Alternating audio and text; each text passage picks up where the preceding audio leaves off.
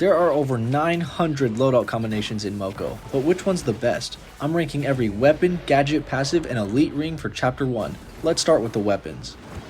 Real quickly, before we get into it, only 1% of you guys watching are subscribed, so please consider doing so. So first up, for the worst weapon in the game, it has to be the Monster Slugger. Every other weapon can do what it does, but better. I genuinely don't know why you would ever pick this.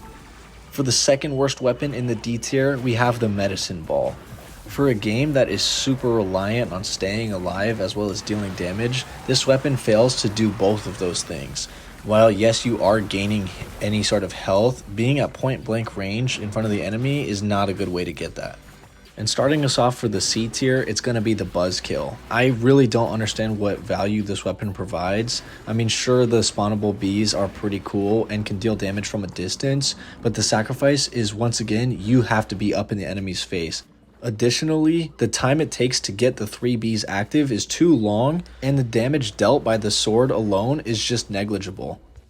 Coming up next is easily the Wolf Stick. Again, in a game that is so dependent on survivability and damage, this does honestly nothing good. The Wolf can easily get surrounded by plenty of enemies, and when it gets taken down, it takes too long to get the Wolf back up, as well as the damage dealt from the staff alone isn't helping either. The final weapon in the C tier is going to be the Staff of Good Vibes. It's great for normal world farming as well as supporting your friends in rifts. But beyond that, it is completely impractical in dojos as well as any of the versus game modes. Next up is the Toothpick and Shield, which is great to draw aggression to yourself, and if you have reliable healer teammates you can depend on, it's a good option, but beyond that, I would avoid this one. Next up is the Portable Portal, and I think only anyone would ever use this just for the fact that it allows you to use gadgets more often. But out of the 15 gadgets in the game, only 7 deal damage, but realistically it's 5. If you take away the damage from the dagger and the monster taser, because they do essentially nothing, only 1/3 of the gadgets in the game are practical for dealing damage, so I can't put the portal any higher than this. For the last weapon in the B tier, every weapon from here on out is actually pretty decent and usable in some way. It's going to be the CPU Bomb. The reason I actually like this one is because you can throw over walls, and the range on this weapon is among the best in the game. The AoE control is more significant than any other in the game, as well as the fact that your range is a really safe option. So I think B tier is fair. Now it's time for the top 4 weapons in the game, and starting us off in the A tier, it's got to be the Spinsicle. The fact that this has a built-in dodge statistic, which is super great because the whole point is being close up and surviving, and although a lot of the other close range weapons fall lower on the tier list, the speed at which you can attack and the fact that it provides such good AoE control when paired with something like Vampire Teeth as well as the passive that allows you to increase your total health, you do have a lot more survivability with this weapon as opposed to some of the other ones. The last weapon in the A tier is going to be the Squid Blades, which puts this as the 3rd best in the game. This is my personal favorite, and it comes with a huge amount of perks and benefits. It has one of the quickest attack speeds in the entire game, really similar to the Speed Shot. You can also go invisible, and who doesn't love ambushing the enemies? Additionally, this is the only weapon in the game with a built-in crit stat, and because I'm over level 50 at the time of recording, Elite Hunter rank, I have enough perks and gadgets that allow me to do an over 10,000 damage critical hit with no other help. So moving on to the S tier, the second best weapon in the game, it is 100% the Techno Fists. I don't know what they were thinking with this weapon. It has almost anything and everything you could want. It has the range, it's very quick. This weapon allows your projectiles to bounce between enemies, so you're doing constant damage as long as there's more than one enemy. And because of this, it has a really respectable damage output. And so topping everything off, the single best weapon in the game is undoubtedly the Speed Shot. This truly has everything you could want in a weapon. Among the fastest attack speed, among the highest range in the game, among the highest damage output. This is everything you could ever possibly need for almost any scenario. The single target DPS god, no question. It even has viable survivability options when paired with something like the Vampire Teeth. You basically are your own healer. Moving on to the gadgets now, the worst one in the game is the Whistle. It's actually straight ass, don't ever use it. Same thing with Sheldon, the 30-second cooldown is not worth the value it provides, which is nothing. Similarly with the Splash Heal and 6-pack, while they are good for early game, evasive maneuvers as well as healing, eventually you're going to have to get away from these because there are much better options. Next up is the Life Jacket, which I actually really do like because it'll save you from a last resort super big hit from a boss enemy, as well as if you're being surrounded by a bunch of little enemies, this can be a really good tool. For these next three, I'm putting the Snow Globe, the Boombox, and the Mist somewhere around the B tier. The Boombox does higher quick damage in a small concentrated area, whereas the Snow Globe does lesser damage but over a wide area for a long period of time, so they're pretty similar. As well as the fact that the Mist has a pretty short cooldown, which is enough to justify its position. For these next placements, I'm putting the Rockets and the Multi-Zapper in essentially the same placement because they're almost the exact thing.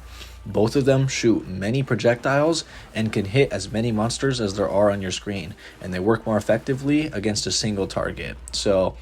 But because there is the splash value that the Rockets provide, I'm putting it just one placement higher.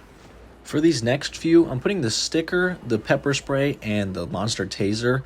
The Sticker speaks for itself. It's literally just an improved stat stick, makes you deal more damage with your main weapon, which can never be a bad thing, but it has a very long cooldown, so that's why I'm putting it where it is. Then the Pepper Spray and Monster Taser, each very much so excel in the positions and things that they're trying to achieve. Of course, if you're fighting plenty of enemies and they're in a close-knit swarm, the Pepper Spray is incredible. And if you're fighting a non-boss individual unit, that's why the Taser is a really good option. And even if you're fighting multiple people, the fact that the Monster Taser has an extremely short cooldown, I think it is the shortest cooldown out of all the gadgets, it makes it really good.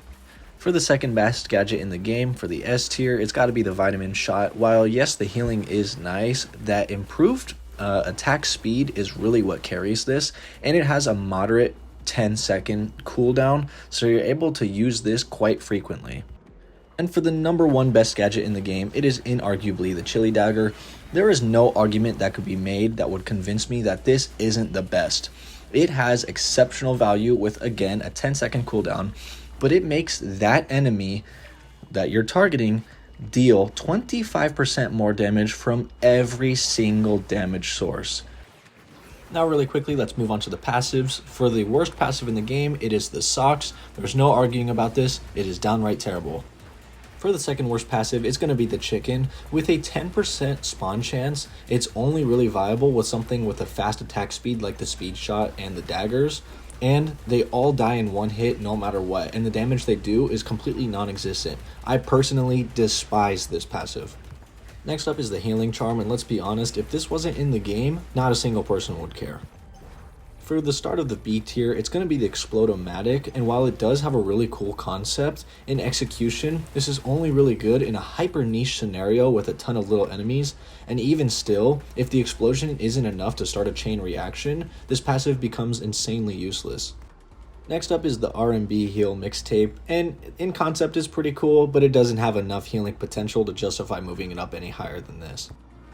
Second to last thing in the B tier is going to be the Auto Zapper. It's actually pretty cool because it does all the work for you, and when you're targeting a specific single strong enemy, it is pretty nice, but 3 seconds is too long for the damage it provides, so it's not going to go higher than this. And for the last passive in the B tier, it's going to be the Healthy Snacks because the amount of increased health is actually quite significant.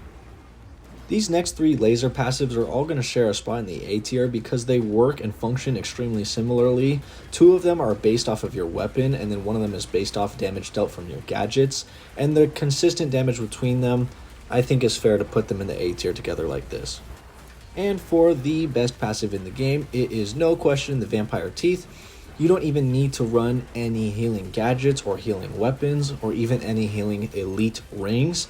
You become your own healer, especially with a fast attacking weapon. I truly think there is no argument to be made where this is not the best in the game. This one is absolutely disgusting compared to some of the other ones.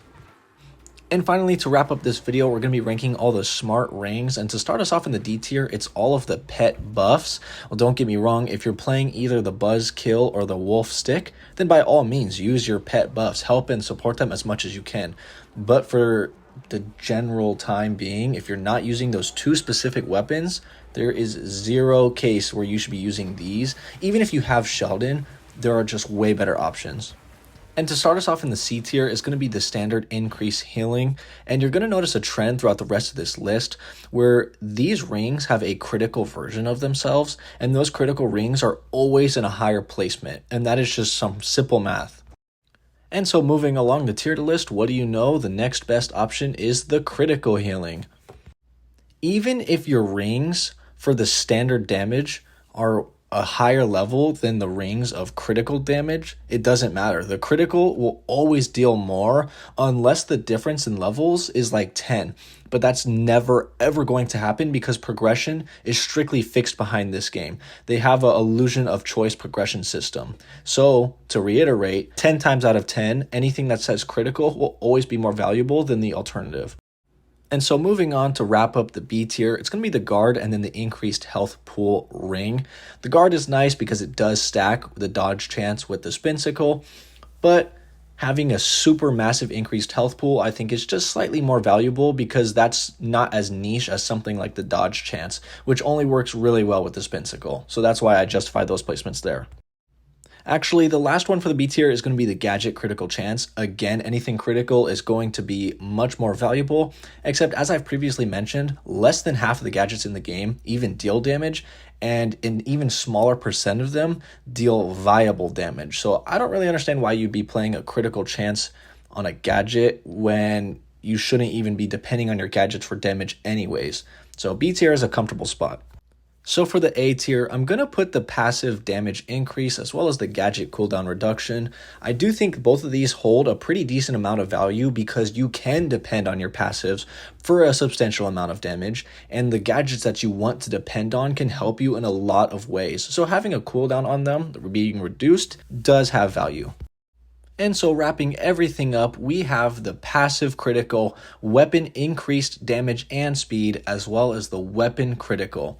So to explain, the passive critical is going in the third best spot in the game. I really hope I don't have to explain that. Mathematically, it is just way better than a flat damage boost. So that's why that's number 3. And for number 2, it's the weapon attack increase as well as the weapon speed increase. So these two things together make it a really good option. But all this means is that the number 1 best smart ring in the entire game is without a doubt your weapon critical chance. Every scenario, your weapon is going to be your main damage dealer, at least 99% of the time. And as previously explained, anything that has a critical value is mathematically way more beneficial than a flat percent increase. And so, now that all is said and done, here are all 4 of the tier lists, so you'll know which are the safest and best options to help you out in most scenarios. If you made it this far in the video, please consider subscribing and leaving a comment, as this does help me quite a bit. And as always, thank you for watching, and I'll see you guys later.